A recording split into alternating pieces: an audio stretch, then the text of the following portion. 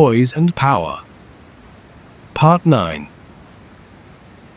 The object of concentration is to turn all the energy of the system into any channel desired, so that the full power of mind and body may be given to the work in which we are engaged now.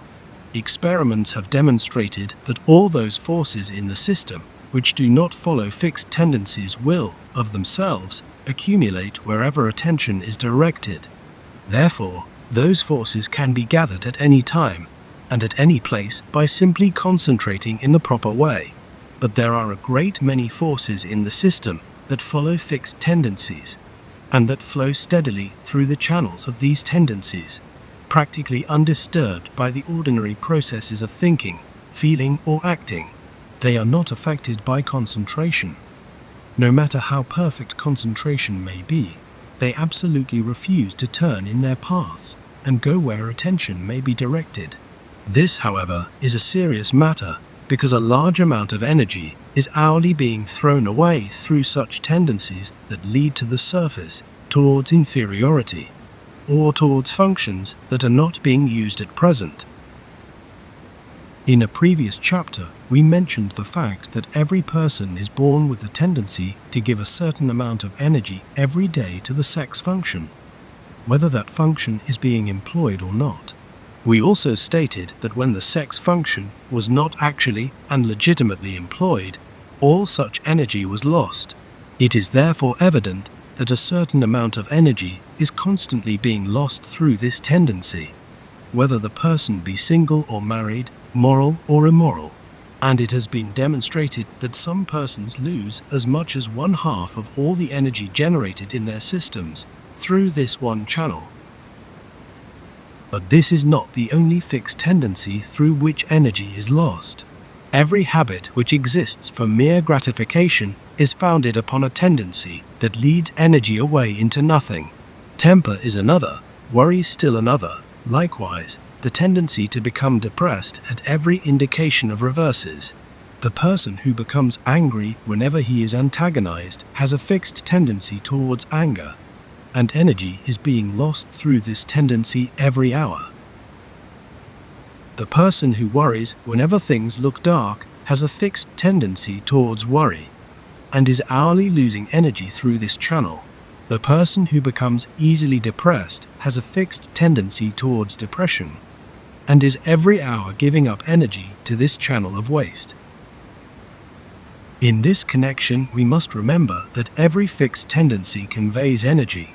That is, energy is constantly flowing through every fixed tendency.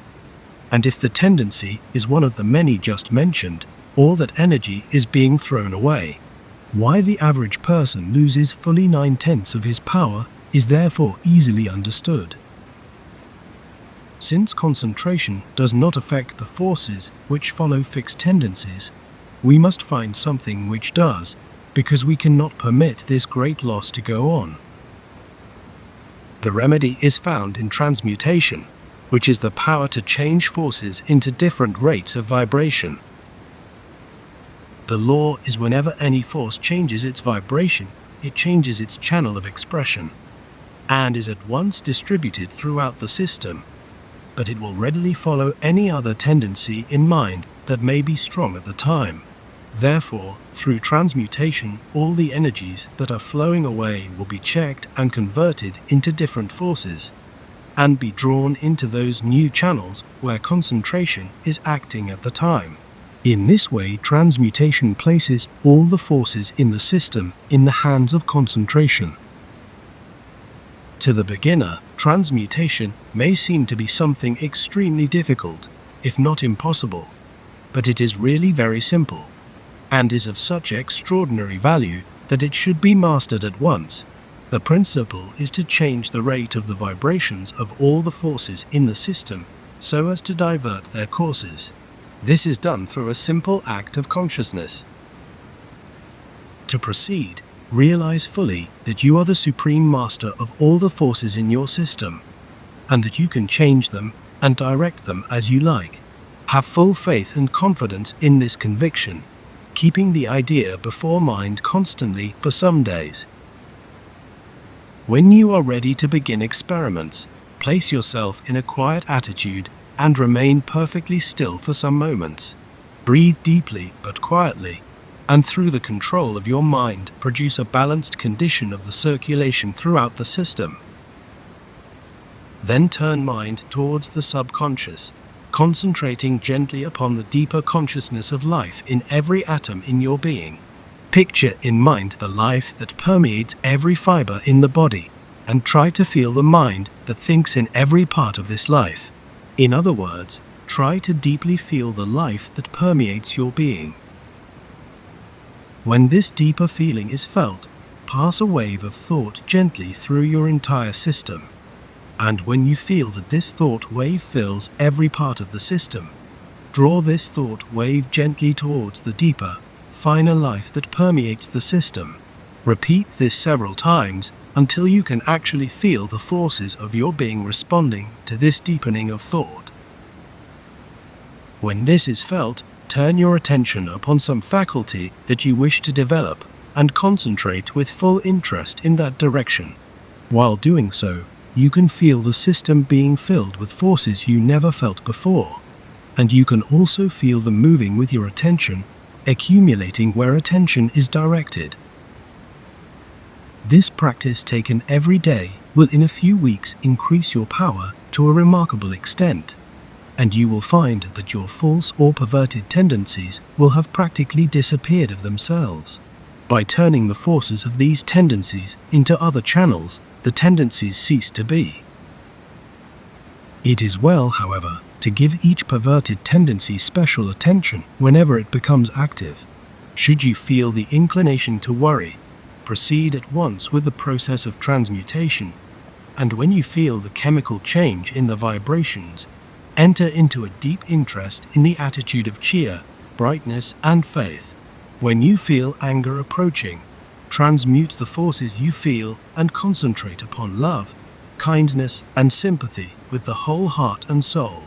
Whenever you feel the sex function becoming active, and you do not wish to employ that function at present, transmute the energies which you feel, directing your attention especially to those parts of the body where you feel the energies very active, and then gently draw all the refined forces towards other parts of the body, or to special parts of the brain. Such creative energies are very powerful, and to transmute them into physical vitality or mental force will prove most highly beneficial. All these fixed tendencies are subconscious, therefore, these forces cannot be changed except through a change in the subconscious mind life. This is effected through the process just presented. To remove a habit, take up the process of transmutation whenever the desire becomes strong. And when you feel a chemical change in the system, turn attention upon some other desire, some desire which you wish to cultivate. No habit will remain in the system after the vibrations of the forces that express themselves through the habit have been changed. Likewise, the desires for certain unwholesome foods may be permanently removed. Discontinue taking those foods, and when you feel a desire for them, transmute all the energies of the system into finer subconscious vibrations and turn attention upon the desire for some food which is wholesome. In fact, any desire can be removed in the same way. If you have a strong desire or love for something or someone that you know cannot be fulfilled at present, you can remove that feeling by transmutation. Anything can be changed in mind or body through transmutation.